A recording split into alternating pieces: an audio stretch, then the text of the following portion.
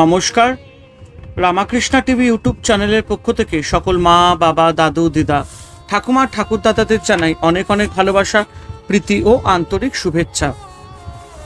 সবাই ভালো আছেন, ভালো থাকবেন।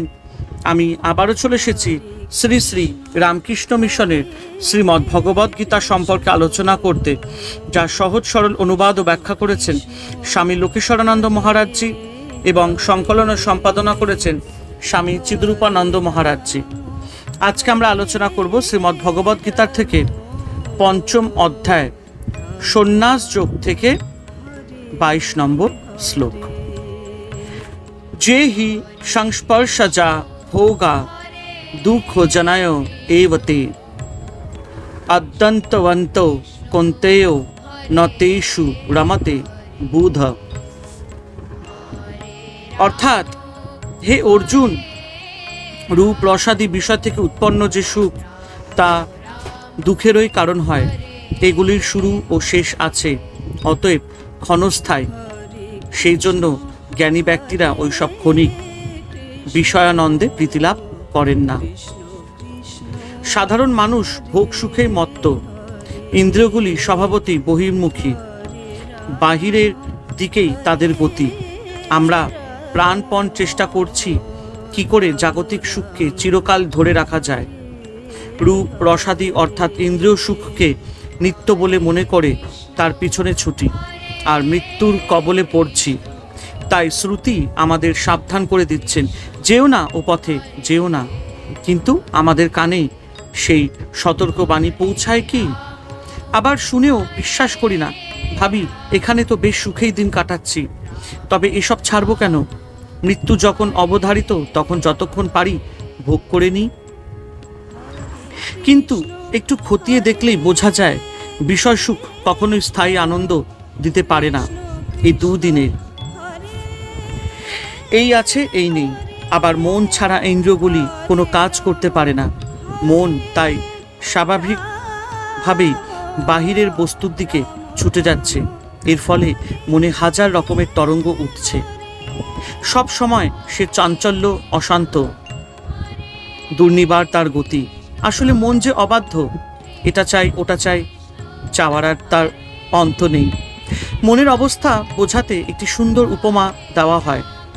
মন যেন একটি হৃদ। শব্দ, স্পর্শ, রূপ, রস, গন্ধ এই বিষয়গুলি যেন ঢিল।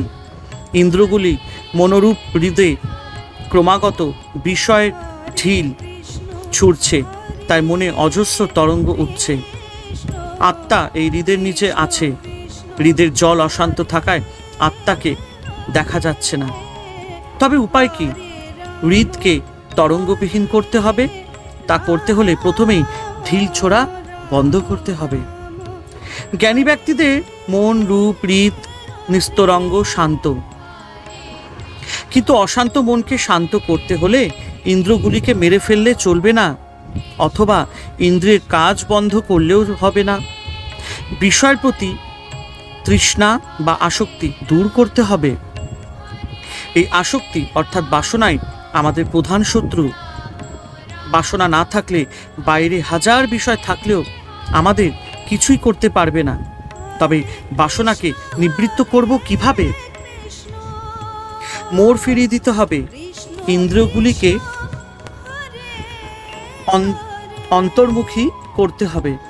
অর্থাৎ আমি চোখ দিয়ে কেবল ঈশ্বরীয় রূপ দেখব, কান দিয়ে তার কথাই শুনব, হাত দিয়ে তারই সেবা করব, মুখে তার নাম গুণগান গাইব, আর পা দিয়ে সেখানে যাব যেখানে হরিকথা হচ্ছে। এভাবে না হয়ে ইন্দ্রিয়কে বশে আনা গেল।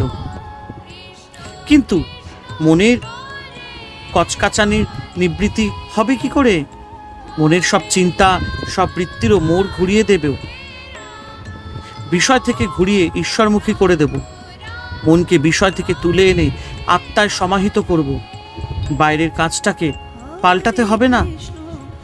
যে মন দিয়ে কাজ করছি তার গতি উল্টো দিকে ফিরিয়ে দিতে হবে। শ্রীরামকৃষ্ণের ভাষায় ঈশ্বরে অনুরাগই বিষয় বিরাগ। অজ্ঞ ব্যক্তিগণ ইন্দ্রিয়জাত সুখে প্রীতি অনুভব করে, কিন্তু বুধ অর্থাৎ জ্ঞানী ব্যক্তি আত্মতত্ত্বকে বোধ করছেন। তাই দুদিনের ভোগ সুখ তাকে আর আকৃষ্ট করতে পারে না। তিনি দুঃখময় সংসারে প্রবেশ করেন না। নিজের অন্তরে অপার আনন্দের সন্ধান তিনি পেয়েছেন। সেই আত্মানন্দ সাগরে ডুবে আছেন তিনি। হরে কৃষ্ণ কৃষ্ণ কৃষ্ণ হরে হরে, হরে রাম রাম রাম হরে হরে। জয় শুভ শম্ভু, জয় দেবী দুর্গা দুর্গতি নাশিনী, জয় মা কালী।